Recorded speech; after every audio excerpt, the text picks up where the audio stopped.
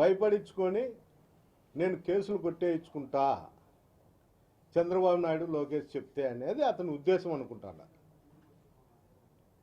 లేకపోతే చంద్రబాబు నాయుడు కానీ లోకేష్ కానీ ఇతరులైనటువంటి రాజకీయ నాయకులు కానీ అతనికి న్యాయం చేస్తా అంటే తీసుకొని వచ్చాడు. అతను అడుగుతా ఉండేది ఏమంటే, నేను చేసిండేది తప్పు, స్క్రాప్ వెహికల్ అనేటివి నేను బజార్లో తిప్పకూడదు రోడ్ల మీద, అందువల్ల దయచేసి ఇది బెరీనా ట్రైల్కి తీసుకొచ్చి నన్ను లోపల పెడితే మీరు నా కుటుంబానికి నాకు న్యాయం చేసిన వాళ్ళు అవుతారనేదే అతని ఉద్దేశం. నాకుండే అభిప్రాయం కూడా అదే. అంటే ఒక దొంగ వచ్చి నేను ఫలానా ఇంట్లో దొంగతనం చేసిన, ఆ దొంగతనం చేసిన దానికి నేను పశ్చాత్తాపడి ఒప్పుకుంటాండా, మీరే జడ్జి గారు మీరే న్యాయం చేయండి అని చెప్పి అడగడం లాంటిది. అలాంటిదే ఈరోజు ప్రభాకర్ రెడ్డి కూడా వాళ్ళ అధినేత అయినటువంటి చంద్రబాబు నాయుడిని లోకేష్ను కూడా అడుగుతాను, నేను తప్పు చేసినా దీంట్లో మీరు న్యాయం చేస్తే అందరూ ప్రజలకు మీరు ఒక మెసేజ్ పంపించిన వాళ్ళు అవుతారనేది అతని ఉద్దేశం అనుకుంటున్నారు. లేకపోతే అతని మీద ఏం పార్టీ కోసమో పార్టీ కార్యకర్తల కోసమో లేకపోతే ఎవరన్నా ఇబ్బందికరమైన పరిస్థితుల్లో వాళ్ళ పార్టీలో ఇబ్బందులు పడుతుంటే వాళ్ళ కోసం ఫైట్ చేసి కేసులు పెట్టింటే అతను చంద్రబాబు నాయుడును లోకేష్ను ఇతరటువంటి రాజకీయ నాయకులను అడగల. అతను చేసిండేదే క్రైమ్. ఈ క్రైమ్ చేసి ఈరోజు మళ్ళా నాకు న్యాయం జరగల్లా ఎవరి దగ్గరికన్నా పోతా అని చెప్తాడు. రెండోది, మాకు సంబంధించినటువంటి ఎక్స్ఎమ్మెల్యేల దగ్గరికి అందరికీ తాడిపత్రి ఎక్స్ఎమ్మెల్యే అన్యాయం చేసినాడని చెప్పి ఇంత బుక్కులు తీసుకొని పోయి తిరుగుతున్నాడు అందరి ఇళ్ళ కాడికి.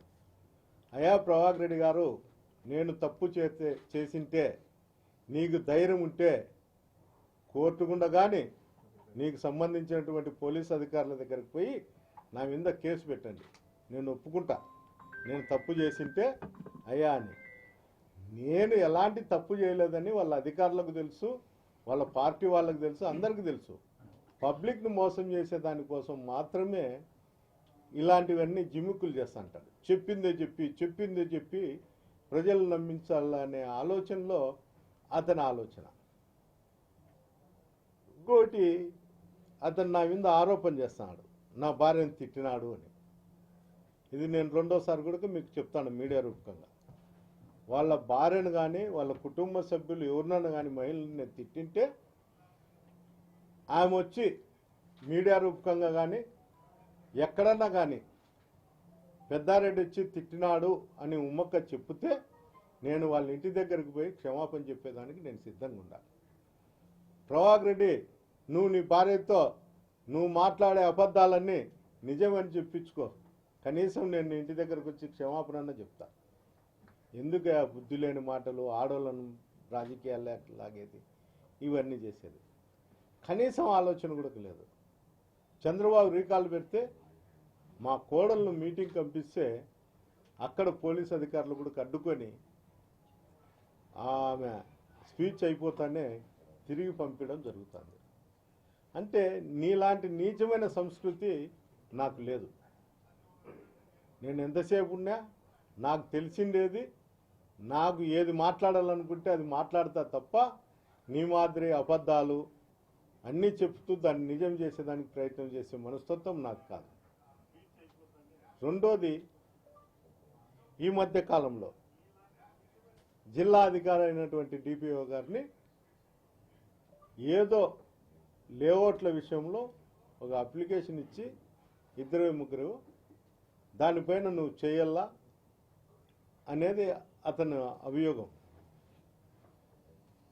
1-2 చేసే బదులు తాడిపత్రి లేఅవుట్ల మీద అన్నిటి మీద కూడా గత ప్రభుత్వంలో చేసినవి కావచ్చు, ఇప్పుడు చేసినవి కావచ్చు, అన్నిటిపైన కూడా ఉడా లేఅవుట్లు ఉన్నాయా లేదా, పర్మిషన్లు ఉన్నాయా లేదా అని కలెక్టర్ గారికి నువ్వు అర్జీ ఇయ్యి.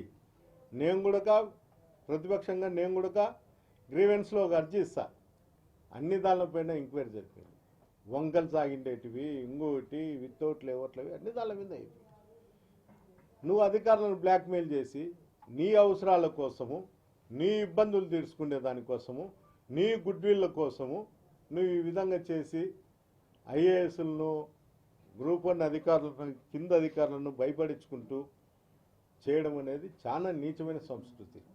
నువ్వు రాజకీయాల్లో సీనియర్గా ఉండవు, ఒకసారి ఎక్స్ఎమ్మెల్యేవి, నువ్వు 2-3 సార్లు చైర్మన్ కూడా ఉండి కూడా నీకు ఆలోచన శక్తి వయసు పెరిగే కొద్దీ తగ్గిందేమో.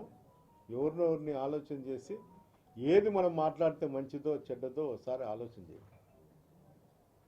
అంతెందుకు, నిన్న లేకమన్నా 3-4 రోజుల కిందట ఒక ఐపీఎస్ అధికారి తాడిపత్రి డిఎస్పీ గారిని ఏఎస్పీ గారిని పవర్ గ్రేడ్ దాంట్లో ఇష్టానుసారం మాట్లాడినా. వాళ్ళతో నువ్వు డబ్బులు తీసుకున్నావు, నువ్వు అందుకే నువ్వు ఆడ బందోబస్తు పెట్టి వర్క్ చేస్తాండవు, అందువల్ల నేను నీ ఆఫీస్ కాడ ధర్నా చేస్తా, ఎట్లాగాని టవర్ రన్ చేస్తా, టవర్కు మీరు ఎస్కార్ట్ ఇస్తారో అక్కడ కూడా పోయి ధర్నా చేసి నిలబెడతా అని చెప్పి అతనే స్వయంగా చెప్పినాడు. అంటే డిఎస్పీ ఆఫీస్ కాడ ధర్నా లేదు, ఆ టవర్ దగ్గర ధర్నా లేదు. ఏమన్నా ఆ ఏఎస్పీ గారికి ఇచ్చిన ఆ సూట్ కేసు తిరిగి ఏమన్నా చైర్మన్ ఇంటికి వచ్చిందేమో అనేది నా అనుమానం. ఎందుకంటే ఏఎస్పీ గారి ఆఫీస్ ముందర ధర్నా లేదు కాబట్టి ఆ విధంగా ఆలోచన చేస్తున్నారు తాడిపత్రి ప్రజలంతా. ఆ టవర్ దగ్గర కూడా పోయి అతను ధర్నా చేయలేదు కాబట్టి ఈ ఏఎస్పీ గారికి ఇచ్చినటువంటి ఆ సూట్ కేసు నాకు చేరింది, ఈ కాంట్రాక్టర్లు హైదరాబాద్లో నన్ను వచ్చి కలిసే విధంగా మీరే అరేంజ్ చేయండి అని పోలీసు అధికారులకు చెప్పి వీళ్ళు మెసేజ్ ఏదన్నా పంపించింటే ఈయన హైదరాబాద్లో సెటిల్ చేసుకునే దానికోసం ఇతను హైదరాబాద్కు పోయినాడు. ఈ విధంగా జిల్లా అధికారులను కానీ ఎవరైనా కానీ కాంట్రాక్టర్లు కానీ ఈ విధంగా నీచంగా ప్రవర్తిస్తూ ప్రజలకు ఏ విధంగా మెసేజ్ పంపిల్లో అతనికి ఆలోచించాలి. మళ్ళా నేను మీటింగ్ పెట్టిన దాంట్లో అతను వచ్చి ఇస్తర్లు ఎత్తుతాడు, గంట కూడా గాలే. మున్సిపాలిటీలో అట్లాంటివి దండిగా ఉంటాయి, డ్రైనేజీలు పారుతాండాయి రోడ్లెంబడి.